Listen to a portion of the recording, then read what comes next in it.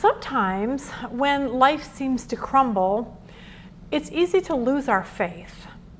Today, let's talk about David and a time period in his life when he just walked away because he didn't really know what else to do. Join us today to find out how not to do that.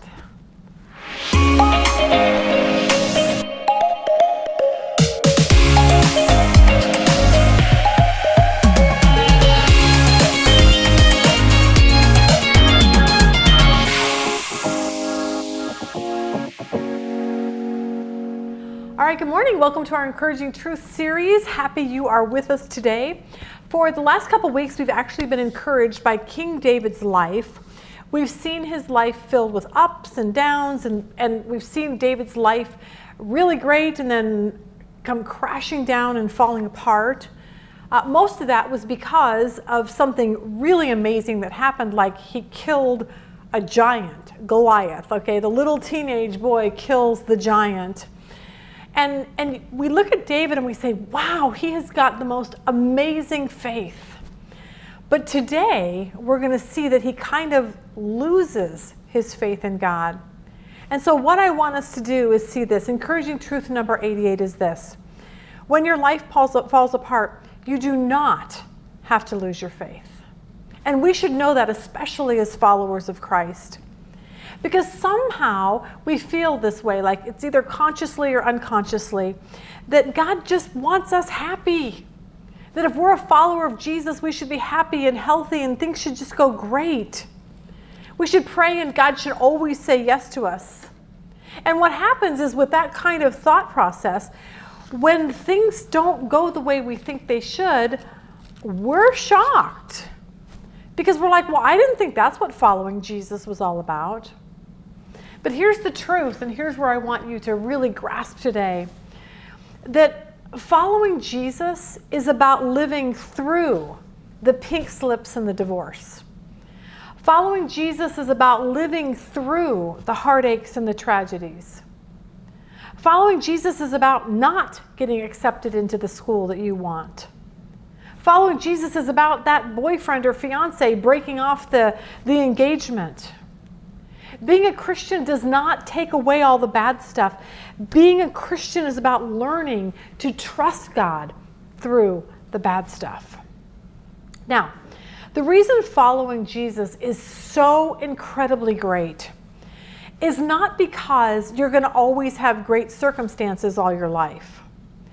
Following Jesus is so great because we know that no matter what happens in our life, God wants to use us in this circumstance to give him glory and promote him into the world.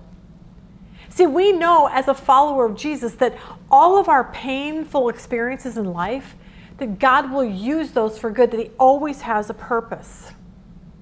I realized this one day walking on the beach. We were getting ready to leave for California, and I told Rob, we were leaving from California back to Phoenix.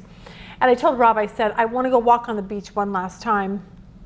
And I told him that God speaks to me more on the beach than at home. So he's just like, oh, that's so cute, but you probably need to go pack your bags, okay? But we were walking on the beach, and we saw this man with a little kid. The little kid was about 2 years old. A wave is coming. The kid's standing in front of the dad.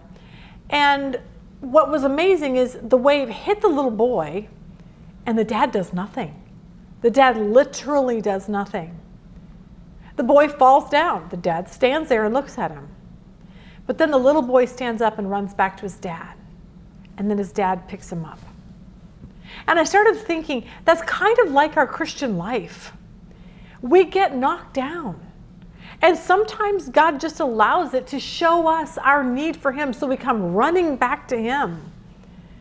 We get knocked down. Sometimes I think God allows it so we learn what, yeah, that isn't good. Waves come crashing at me aren't really good. I probably need to watch out for those kind of things. And what we'll see today is what life looked like for David when he got knocked down. But his response to getting knocked down is not something you would expect for someone who is considered a man after God's own heart. Last lesson we saw that David's on the run. There's no one there to help him. His wife is gone. His best friend is not around. His mentor, Samuel, is gone. His job is gone. The adoration of the people are gone.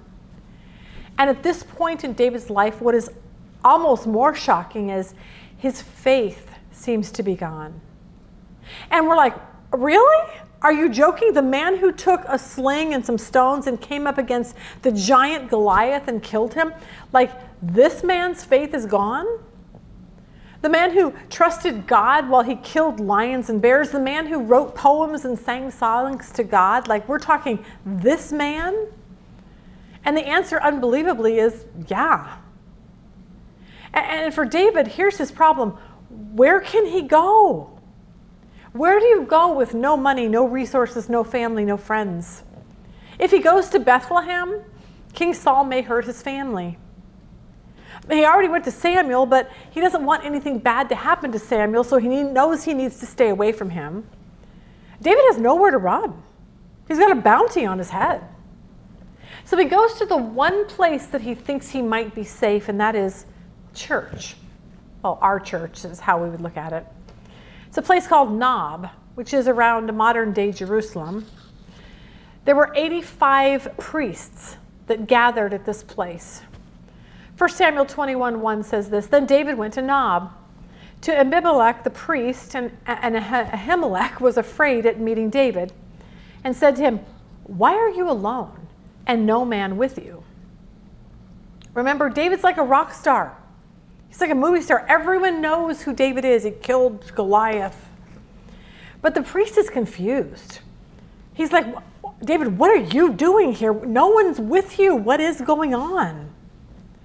And so you know what our brave David does? Our trust in God, David, our David who just slayed Goliath because he knew he had a big God, our David who handles his brothers' bad attitudes towards him, our David who plays the harp for the crazy king and who keeps coming back because he's loyal. This David, you know he does something? He does something unimaginable. And you know what it is? He lies. He lies to the priest. Verse 2 said, David said to Ahimelech, I wish I could say his name right, Ahimelech, the priest, the king has charged me with the matter and has told me, let no man know anything of the mission on which I send you, and with what I have charged you, I have appointed the young men to a certain place. You're like, what? That's not true. David just lied to the priest. Instead of opening his heart and saying, I need some help. Saul is trying to kill me. I need you to help me. I need you to pray for me. I need your wisdom. I need your support. Instead, David makes up this crazy story. And frankly, I think we kind of do the same thing. People say, hey, how you doing? And we're like, great, couldn't be better. How's your marriage? Perfect. How's your kids? Awesome. How's the job? Couldn't be better. And inside, you know, the marriage, the kids, the job totally suck. Everything's just bad at this point in your life. Why did we do that? Why did David do this? And I think I learned why he does it from bike riding. We were bike riding, and I turned onto a sidewalk, and there was some water, and the bike slipped out from underneath me, and I fell, okay? Well, I was totally embarrassed. And my first thing was looking around to make sure nobody was watching me. Why? Because I don't want people to think I can't control a bicycle. 2 wheels and a handlebar. Like, how hard is that? But see, when we take that into our life, I don't want to tell you I'm struggling with my marriage. I don't want to tell you I'm struggling with my kids. I don't want to tell you I'm struggling with sin or anger or being frustrated with God. I don't want to tell you how I can't get over a heartache.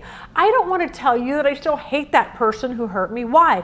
Because I need you to think that I have it all together. You do the same thing. You don't want me to know anything because you want me to think you have it all together. See, we don't want people to think we're less spiritual. But here's what you need to know. Everyone has issues in their life. Everyone does. So let's just get that in our heads. The thing is that there are times in my life where I feel kind of like a brat. And I question a lot of times whether I should even teach Bible. Because there's days when I doubt God.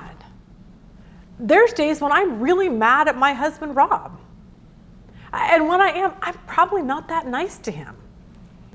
There are days when I worry about finances. There's days when I have sleepless nights.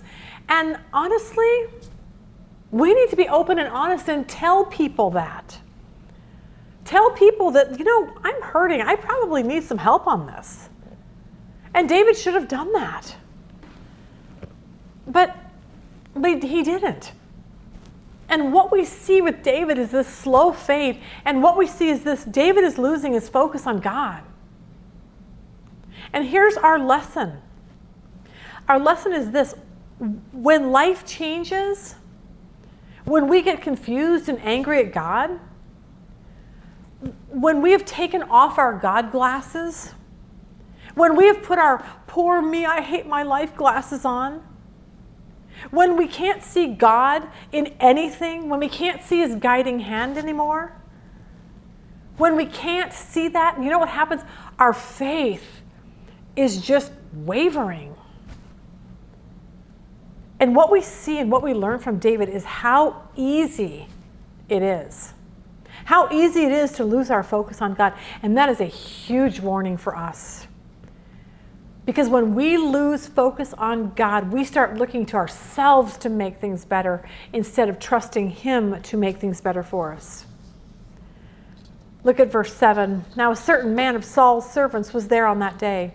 So King Saul sees David at this place in Nob, detained before the Lord. His name was Doeg, the Edomite, the chief of Saul's herdsmen. He sees David there. And so what David does is this. David said to Ahimelech, "Do you have at hand a sword or spear? The king's business requires haste, and I brought neither my sword nor my weapons with me." He just lied to him again. See, what happened to this man who just trusted God? He now has become so fearful that he needs a sword to protect himself.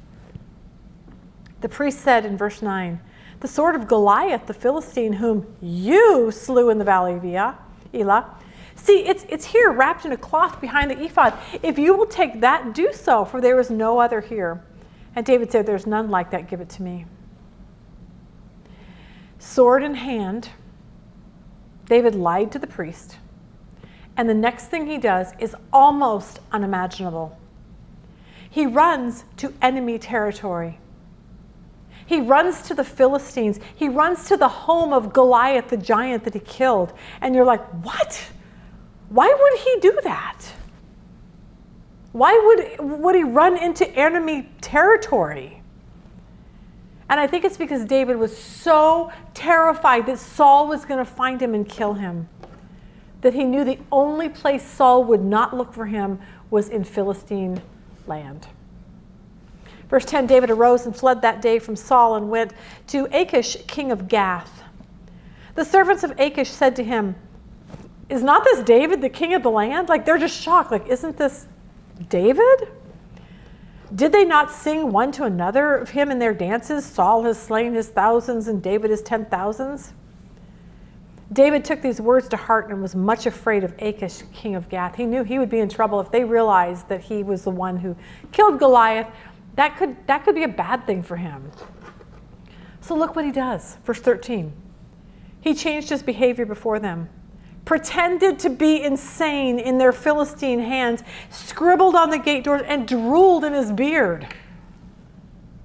And we look at that and we're so shocked. We're like, how in the world could this man who devoted his life to God, who trusted God, be reduced to something like pretending to be insane and drooling all over himself? How in the world does that happen? And it happens really easily. It happens when we take our focus off of God and we start looking around at our circumstances. We start looking at our finances and we go, "I'm afraid." We start looking like there's no guys on the horizon, so I might be single all my life. We start being afraid of like, what am I going to do when I grow up? Or what am I going to do when I get old and I can't do anything? Like, we start fearing those things.